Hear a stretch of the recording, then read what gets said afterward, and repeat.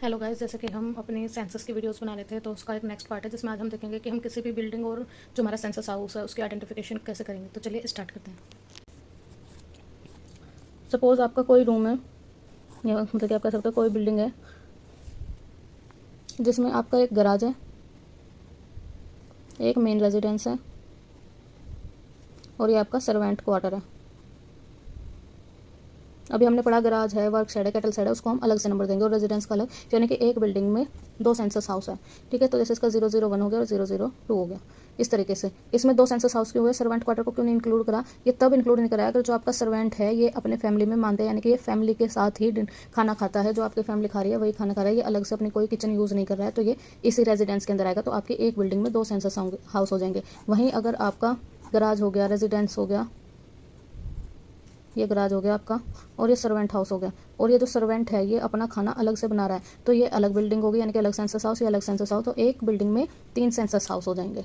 अगर ये अपना खाना बना रहा है तो ये सेकंड हाउस होल्ड में आ जाएगा, एक house hold, second house hold और थर्ड। अच्छा, हम किसको हाउस होल्ड में या फिर हम किसको स्ट्रक्चर को हम नंबरिंग देंगे जिसमें जैसे आपके कोई भी पेट्रोल पंप हाउस हो गया, टेम्पल हो गया, ग्रेन स्टोर हो गया, कोई भी जिसमें जो आपके पीपल है वो रह सकते हैं, कोई भी आदमी जो रह सकता है। अगर इतने छोटे स्ट्रक्चर है कि वो उसमें कोई आदमी नहीं रह सकता तो हम उसको नंबरिंग नहीं देंगे। तो ये आपके कुछ केस थे, इस तरह से आपको नंबरिंग देनी है। पहले तो ये देखना है कि चार दीवार के साथ छत भी हो, अगर छत नहीं है तो उस चार दीवार को हम बिल्डिंग नहीं कहेंगे। लेकिन अगर इस तरह से कॉनिकल शेप में होते हैं जिसको हम टेंट हाउस कह सकते हैं, लेकिन उसमें प्रॉपर घर वाले रह रहे हैं तो हम उसको भी बिल्डिंग नंबर देंगे। अगर आपकी कंटिन्यूटी में बिल्डिंग है तो हम उसको काउंट कर लेंगे कि भाई एक बिल्डिंग, दो बिल्डिंग, तीन, चार, पाँच में कितने फ्लोर है तो उसको सेकंड, और छः में तीन फ्लोर है तो तीन, और उनको इस तरह से नंबर देंगे। अगर मल्टी स्टोरी बिल्डिंग है तो M16 यानी कि 6 फ्लैट है और उनको इस तरह से नंबरिंग देंगे। तो इसी किसी में क्या होता है, इस मल्टी स्टोरी बिल्डिंग में हर एक फ्लैट को क्या करते हैं, अलग अलग बिल्डिंग नंबर देते हैं, तो उस बिल्डिंग नंबर को डाल देंगे। अगर कोई आपका एरिया है जहाँ पे अलग अलग बिल्डिंग खड़ी हुई है तो उनके हम काउंट कर लेंगे।